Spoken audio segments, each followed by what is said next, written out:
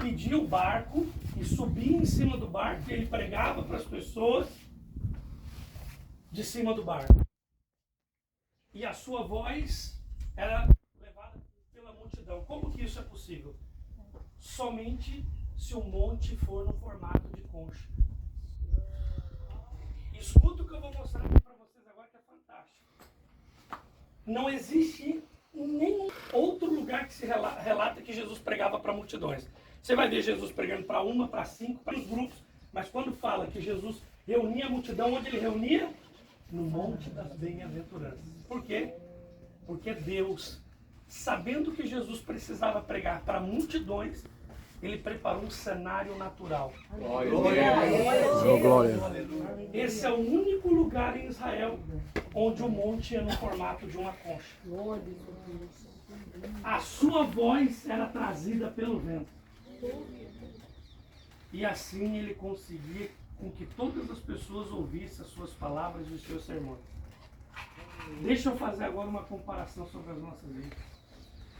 Se Deus sabia que Jesus ia precisar que a sua voz chegasse às multidões e preparou um cenário natural, nós somos escolhidos desde o ventre.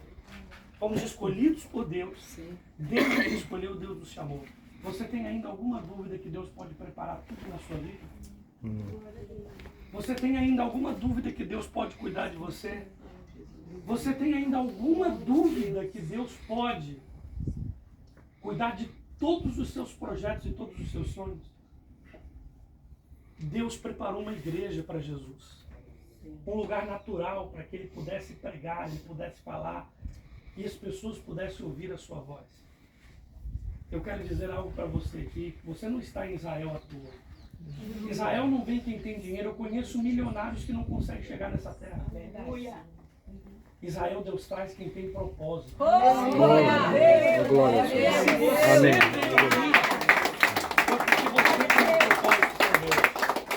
Foi porque Deus escolheu você. Deus preparou essa viagem para você.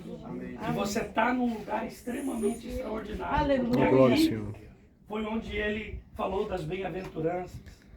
Foi onde ele fez todos os seus sermões para multidões. Foi onde aqui um menino com 5 pães e 2 peixinhos chegou para ele e falou: eu tenho aqui nas minhas mãos isso. E daqui a pouco começou a se multiplicar na mão das pessoas, o pão e o peixe, e todo mundo começou a se alimentar. Por que esse lugar é um lugar tão simbólico? Porque aqui é o lugar onde Deus prepara todas as coisas. Veja bem, aquilo que Deus um dia preparou para Jesus, Jesus também preparou para a multidão. Nós temos que ser honrados e abençoados, mas para abençoar outras pessoas. Jesus foi abençoado por Deus em ter um cenário natural desse. Mas na primeira oportunidade que ele teve, ele pegou 5 pães e 2 peixinhos e usou o poder que estava dentro dele, que era o poder de Deus. Ele era filho de Deus, uma só pessoa, e ele pega e transforma aqui o pão, o peixe, numa multiplicação extraordinária. Então eu quero deixar aqui uma palavra para você. Nunca mais duvide. Aleluia. É difícil aos olhos humanos, não tem como. Não tinha como Jesus pregar para 20 mil pessoas, Deus preparou. Não tinha como Jesus pregar para 10 mil pessoas, Deus preparou. Não tinha como pregar para 1000 pessoas, Deus preparou. Então, tudo aquilo que seja impossível, eu costumo dizer, aquilo que é impossível para os homens, começa o possível de Deus na vida daquela pessoa. Deus, ele age no impossível, Deus trabalha no impossível, Deus é especialista em fazer as coisas no impossível. E aqui eu quero agora contar um testemunho de algo que o apóstolo René Terranova me ensinou e eu quero ensinar para vocês. Esse lugar é repleto de pedras. E essas pedras, Bispo Batista, foram testemunhas dos maiores milagres, das maiores manifestações, dos maiores sermões. Essas pedras foram testemunhas do maior pregador que essa terra já viu. E essa pedra também vai ser testemunha dos nossos maiores milagres da nossa vida. Aleluia! Todo ano, faz alguns anos que eu aprendi isso, e todo ano eu venho aqui, eu pego uma pedra. Escuta o que eu vou falar aqui. e eu faço uma oração e coloco os meus pedidos nessa pedra. E eu lanço essa pedra nesse monte. Não tem um ano que eu não testemunho tudo aquilo que Deus fez. Vou contar um testemunho aqui para vocês, porque a gente tem que testemunhar aquilo que Deus faz. 2019, dezembro de 2019, estava aqui comigo o Enilton, estava aqui comigo a Nina, cadê a Nina? Estava ele também. Dezembro de 2019, já havia um rumor da pandemia na China. Lembra que a gente encontrou um grupo chinês, ficou com medo, tá? Não sei se foi no Jordão, já havia, porque a pandemia chegou logo em seguida, em março.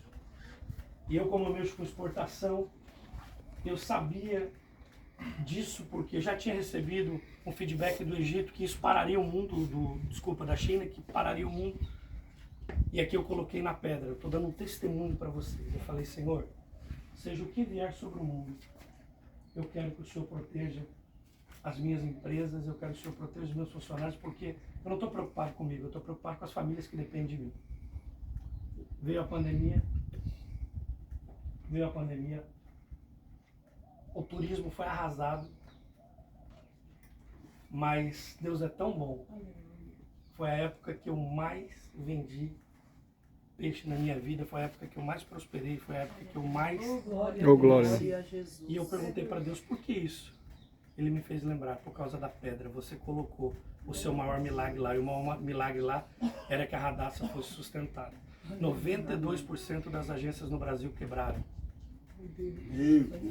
92% das agências. Esses dados não é meu não, tá? É dados oficiais. 92%. E nós permanecemos de pé. Aleluia! Glória a Deus! Ideias, inspirações e tantas outras coisas. Então você vai pegar essa pedra, e você vai lançar os seus pedidos aqui. E você vai dizer, Deus, cuida de todos os pedidos que eu estou lançando aqui. Na próxima vez que você vier em Israel, e Deus vai te trazer de volta. Amém. Você vai testemunhar aqui neste monte. Amém. Amém? Amém? Você vai testemunhar aqui neste monte. Agora eu vou finalizar com outra coisa. Agora o pregador gosta disso, Batista. Estou finalizando.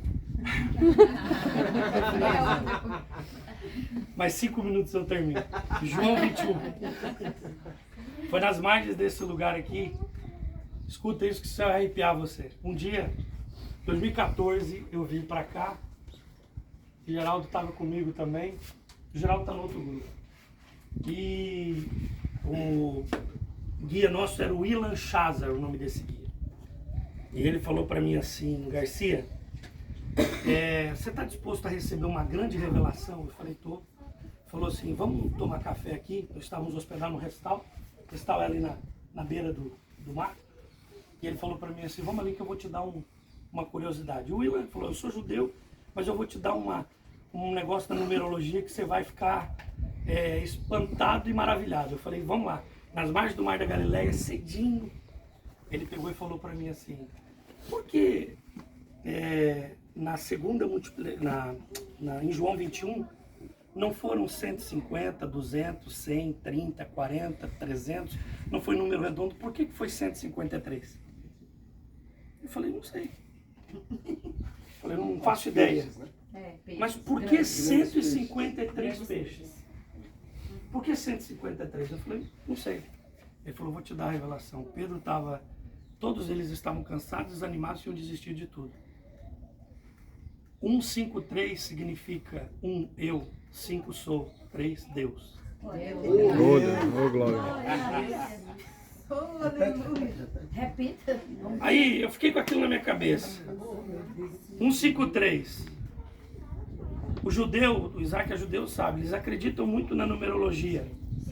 Por exemplo, Jacó, quando, não só na numerologia, nomes também. Jacó, quando Raquel, no momento de dor, nós brasileiros, se alguém faz o último pedido no último minuto de vida, nós vamos querer honrar aquele último pedido. No último minuto de vida, ela com dor, ela falou, chama esse menino de Benoni. Ele fala, não vai se chamar Benoni, porque Benoni significa filho da minha dor.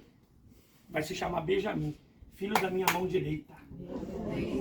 Jacó protegeu o filho, mesmo a mulher fazendo o último pedido, morrendo. Transformando bênção em maldição. E ele falou assim, a gente acredita muito em número, e o número 153 significa 1, eu, único, 5, sou, é o número de autoridade, e 3, para o cristianismo, simboliza também algo muito forte, sou Deus, 153. Olha só isso. Aí ele pegou e falou uma coisa interessantíssima que marcou a minha vida. Ele falou assim, foi nesse exato momento, de acordo com o texto bíblico, que eles reconheceram que era Jesus. Porque antes eles não reconheciam. Eles reconheceram quem era Jesus naquele momento. Então, assim, foi uma coisa muito eu guardei isso. E eu tenho sociedades com rabinos. E eu fiquei com isso na cabeça, e um dia eu estou aqui com o Shalom, e eu perguntei, Shalom, eu sei que vocês têm outra crença, mas esquece a crença. Eu quero que você me dê um significado do poder das mãos do número 5. Por que o número de autoridade? Aí ele me passou. E eu vou passar para vocês o significado das mãos aqui agora. Você sabia que a Bíblia diz que sobre a nossa mão existe o poder da bênção? Você nunca parou para se perguntar por quê? Está na Bíblia isso. A gente tem o poder, a mão tem o poder de abençoar a mão direita. Por quê? Ele me ensinou essa lei que eu vou... Essa lei não, essa